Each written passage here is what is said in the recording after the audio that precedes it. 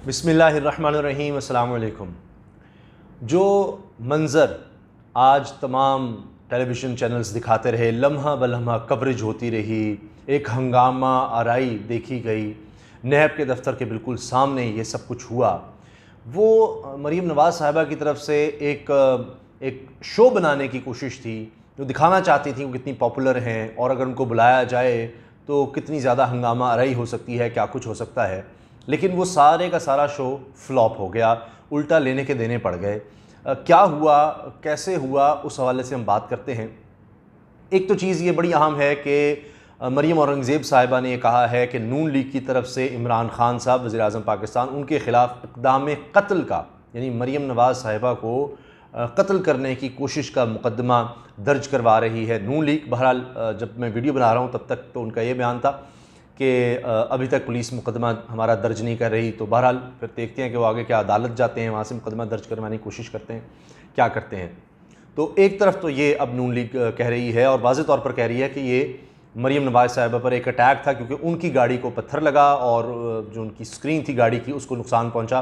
तो वो कह रहे हैं कि शुक्र है कि ये बुलेट प्रूफ गाड़ी थी, तो इस वजह से पत्थर अंदर नहीं आया, वरना नुकसान हो सकता था। राना सनाउल्लाह साहब, मुस्लिम लीग नून के सीनियर रहनुमा, उन्होंने कहा है कि ये तो पत्थर नहीं था, वरना बुलेट प्रूफ गाड़ी का शीशा इस तरह नहीं उसको नुकसान होता, इतना ज़्यादा नहीं होता। लेकिन बहरहाल जो माहिरीन हैं वो ये कहते हैं कि चाहे बुलेट प्रूफ हो, अगर गोली लगती है खुदा न खास्ता या कोई पत्थर भी आए तो वो डैमेज ज़रूर होता है, लेकिन पार नहीं होता स्क्रीन से। ये असल में उसकी साइंस बताई जा रही है। अच्छा, ये तो बड़ा अहम है, लेकिन वाक़या क्या हुआ और उसके बाद मुकदमा क्या हुआ है, माजी क्या है और किस तरह से नून लीग को इसमें नुकसान हुआ, जबकि वो दिखाना चाह रहे थे कि वो कितने पॉपुलर हैं और आइंदा बुलाया गया तो क्या हो सकता है। वो दबाव डालने की कोशिश हो रही थी हुकूमत पर, रियासत पर, इदारों पर, लेकिन उल्टा हो गया काम।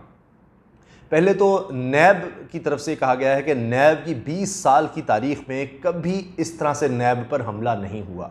ये नैब की तरफ से कहा जा रहा है और नैब की तरफ से जो मुकदमा दर्ज कर दिया गया है इस वाक़े का, उसमें मरीम साहिबा, उनके हस्बैंड सफदर साहब और दीगर लोग शामिल हैं। कई लोगों को पकड़ भी लिया गया है, कई कारकुनों को।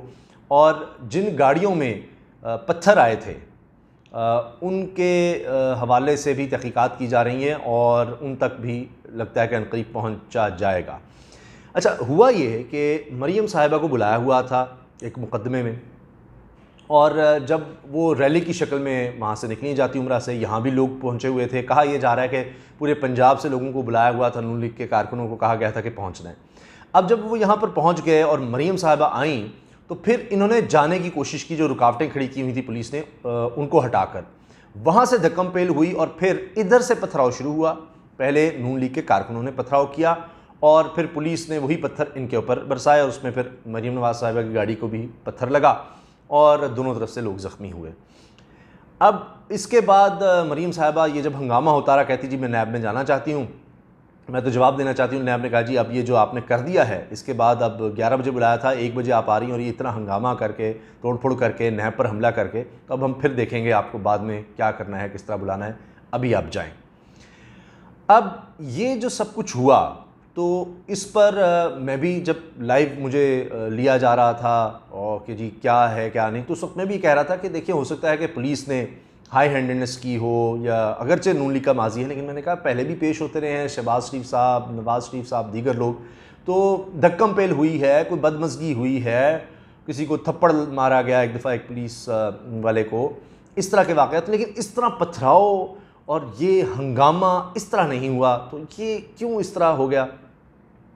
तो फिर नून लीग की तरफ से भी कहा गया कि जी ऐसा तो कुछ नहीं है, कोई पत्थर हमारी तरफ से नहीं आए थे। लेकिन भांडा इस तरह फूटा कि फुटेजेस आ गई टेलीविज़न पर और फिर इनको भी पैगाम पहुंच गया कि सारे चैनल्स तो हमारे ख़िलाफ़ ही दिखा रहे हैं उल्टा, के वो पत्थर गाड़ियों में आए थे, प्लास्टिक बैग्स, पॉलीथीन के बैग्स में भर भर के गाड़ियाँ भरी हुई थी, उनमें वो पत्थर रखे हुए थे।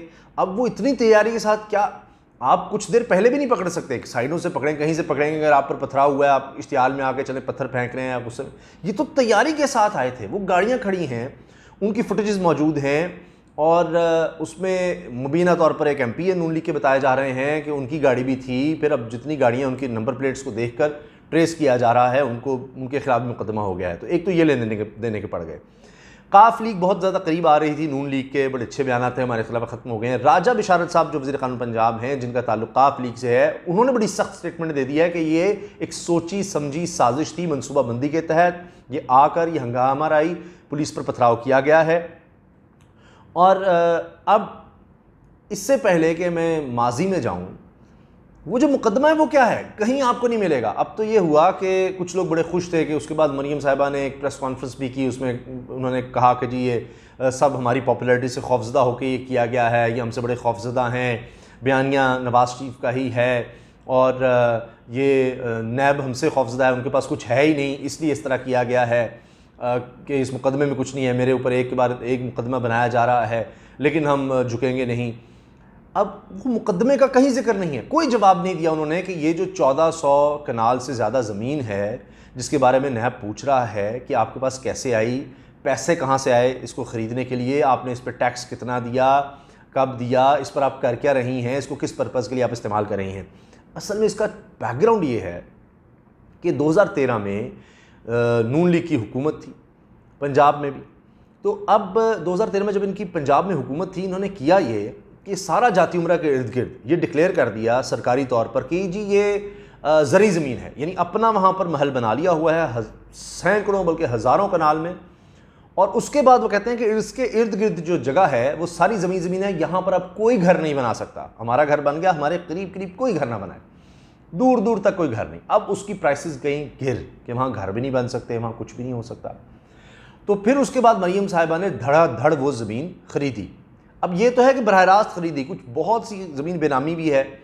बहरहाल ये 1400 कनाल, 1441 कनाल कही जाती है, तो ये ज़मीन उन्होंने ख़रीदी। अब नैब पूछ रहा है कि ये तो आपने गैर कानूनी तरीके से एक्वायर की और सिर्फ इनके लिए कानून बना दिया गया, इनके उस महल के लिए, जाती उमरा के महल के लिए, और उसके बाद ये ज़मीन खरीद ली। और ये क्यों, कैसे, पैसे कहाँ से आए, टैक्स कितना दिए, ये सब पूछा जा रहा है। उसके हवाले से कोई स्टेटमेंट नहीं आएगी, कोई जवाब, कोई डॉक्यूमेंट नहीं शेयर किया अभी तक मरीम साहबा ने, कोई नून लीग की तरफ से नहीं किया गया कि क्या है ज़राए, सारा कुछ कहा। लेकिन ये हंगामा शुरू हो गया।